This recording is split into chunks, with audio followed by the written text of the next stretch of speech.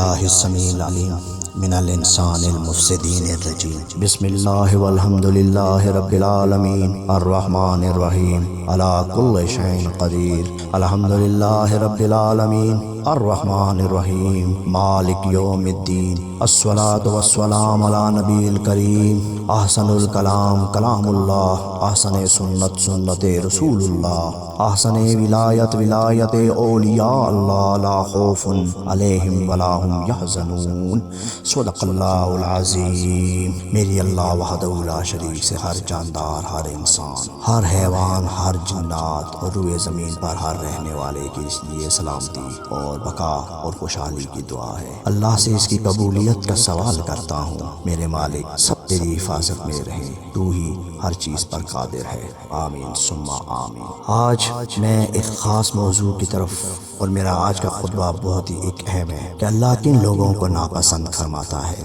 اور اللہ کے ہاں کون سے لوگ ایسے ہیں جن سے اللہ کو ناراضگی ہے۔ یہ ایک بہت اہم اور خاص بات ہے کہ اللہ جن لوگوں کو صفتاً ناپسند فرمائے، جن کے اندر یہ عادتیں اور خصلتیں ہوں، تو ان کو اپنے اوپر غور کرنا چاہیے۔ سب سے پہلے اللہ تعالیٰ 28ویں پارے میں فرماتا ہے واللہ لا یہدی القوم الفاسقین، اور اللہ نافرمان لوگوں کو ہدایت نہیں دیا کرتا۔ اب دیکھیں، جو لوگ نافرمان ہیں، جو اللہ کے احکامات کو خاطر میں نہیں لاتے، تو نافرمان اللہ ان کو کبھی بھی ہدایت نہیں دیتا، طلب کرنی چاہیے۔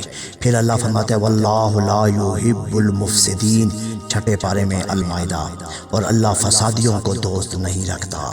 جو زمین پر فساد پھیلاتے ہیں، اللہ ان کو کبھی دوست نہیں رکھتا۔ پھر یونس، سورہ یونس میں 11ویں پارے میں اللہ فرماتا ہے ان اللہ لا یصلح عمل المفسدین، اللہ مفسد جو فساد پھیلانے والے لوگ ہیں ان کے کام بننے نہیں دیا کرتا۔ یہ اللہ کا وعدہ ہے۔ پھر سورہ توبہ میں 10ویں پارے میں اللہ فرماتا ہے واللہ لا یہدی القوم الظالمین، اور اللہ ظالم لوگوں کو بھی ہدایت نہیں دکھایا کرتا، ان کو ہدایت نہیں دیتا۔ یہ اب اللہ تعالیٰ کہ وہ لوگ ہیں جن سے بچنے کی کوشش کی جائے اور دیکھا جائے۔ پھر سورہ توبہ 10ویں پارے میں اللہ تعالیٰ فرماتا ہے واللہ لا یہدی القوم الکافرین، اور اللہ ان لوگوں کو بھی ہدایت نہیں دیتا جو کفر کرتے ہیں، انکار کرتے ہیں کسی بھی بات کا، کسی بھی حکم کا، کسی بھی اللہ کے شعار کا انکار کرتے ہیں، تو اللہ ان کو بھی ہدایت نہیں دیتا۔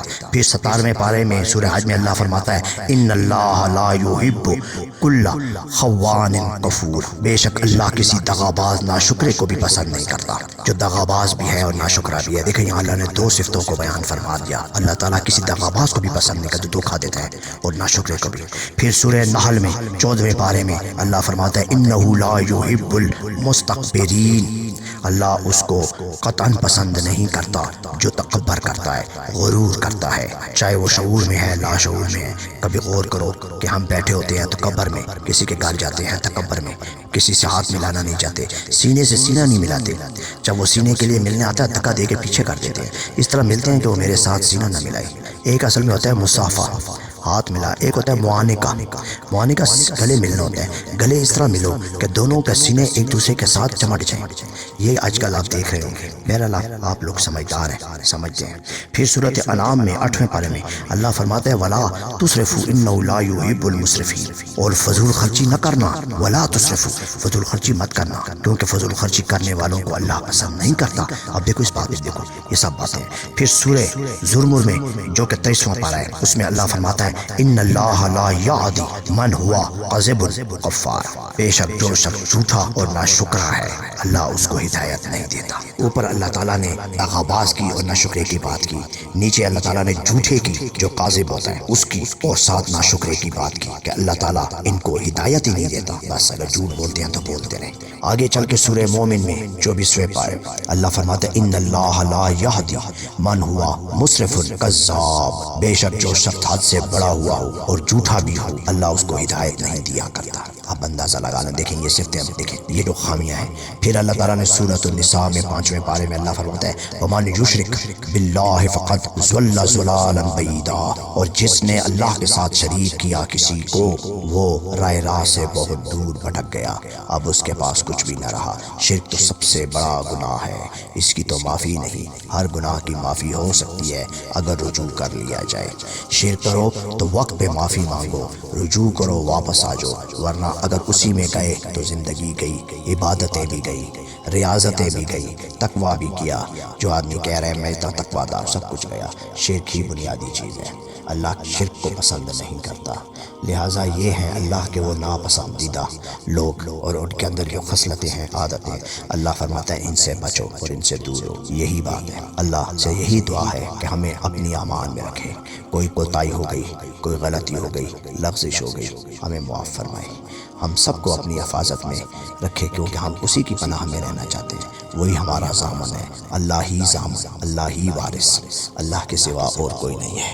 وہی مالک ہے، خالق ہے، اور وہی کائنات کا رب ہے، وہی سب سے بلند ہے اور وہی سب سے اعلیٰ ہے۔ وآخر الدعوانا والحمد للہ رب العالمین۔